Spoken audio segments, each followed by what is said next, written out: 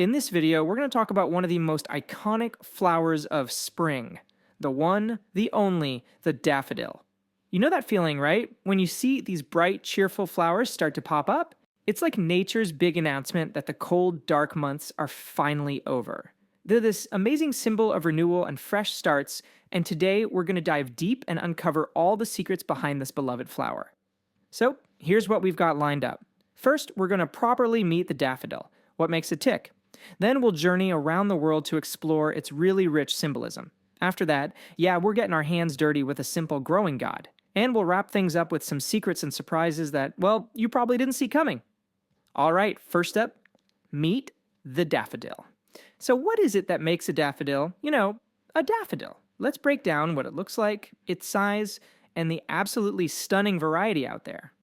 Okay, so every classic daffodil has that signature look, right? You got that trumpet-shaped cup right in the middle, surrounded by 6 outer petals. And you can find it in all sorts of sizes, from tiny little guys just 20 centimeters tall, all the way up to these really impressive ones that can stretch almost a full meter high. It's pretty amazing. Now, when you think daffodil, you probably picture that classic sunny yellow, right? Well, hold on, because the variety is it's mind-blowing.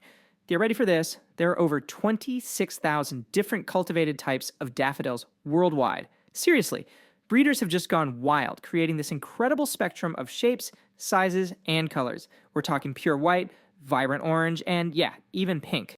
Okay, section 2, a flower of meaning. Because, the daffodil is so much more than just a pretty face. This flower carries some seriously deep cultural weight and meaning all around the globe. And what's so fascinating is how that symbolism totally changes depending on where you are in the world. I mean, look at this. In Wales, it's a huge symbol of national pride and renewal. Over in China, it's all about good fortune and prosperity for the new year. Here in the US and Canada, it's become this powerful emblem of hope and the fight against cancer. But if you go way back to ancient Greece, it took on a more cautionary meaning. Yep, that's where the daffodil gets its scientific name, Narcissus, from that exact myth. So it's kind of this timeless reminder about, the dangers of being a little too into yourself, but it also points to the importance of healthy self-reflection. Alright, section 3, your growing guide. Feeling inspired? I know I am. Let's get practical. I'm going to show you exactly how you can bring this beautiful, meaningful flower right into your own garden. It's easier than you think.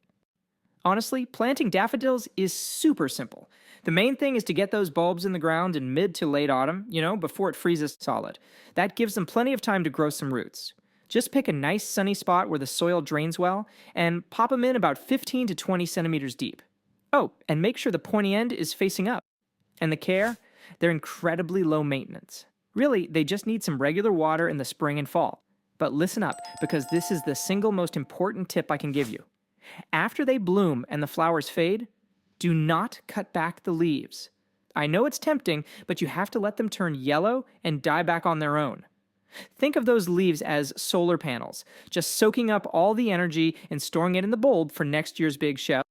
Understanding our whole yearly cycle is really the key to success. So in the autumn, you plant them and they start growing roots. Through the winter, they just hang out, dormant in the cold. Then in early spring, bam, the shoots emerge. You get about 6 weeks of gorgeous flowers. And then in summer, the leaves die back and the bulb just chills out, storing up all that energy to do it all over again next year. Okay, last section, daffodil secrets and surprises.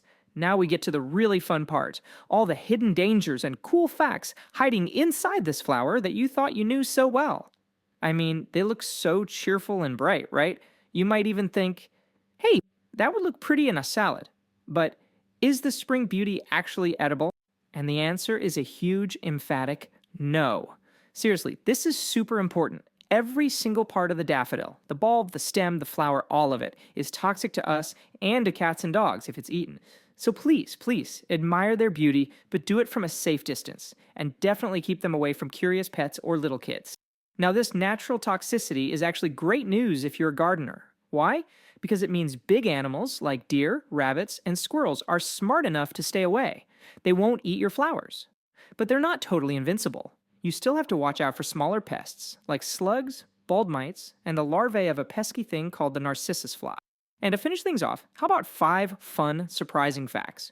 First, there's an old superstition that giving someone a single daffodil is bad luck, so always give a whole bunch. Second, and this is amazing, they contain a compound that's actually used in medication for Alzheimer's disease. How cool is that? Third, way back in ancient Egypt, Pharaoh Ramses II was actually buried with daffodil bulbs placed over his eyes. Fourth, they're the traditional flower you give for a 10th wedding anniversary. And finally, a little pro tip. If you cut them for a vase, their stems release a sap that can poison other flowers, so let them sit in their own water first before you mix them in an arrangement. Alright, that is it for this video, everyone. Thank you for watching. Please make sure you're subscribed to our YouTube channel, and I'll see you in the next video.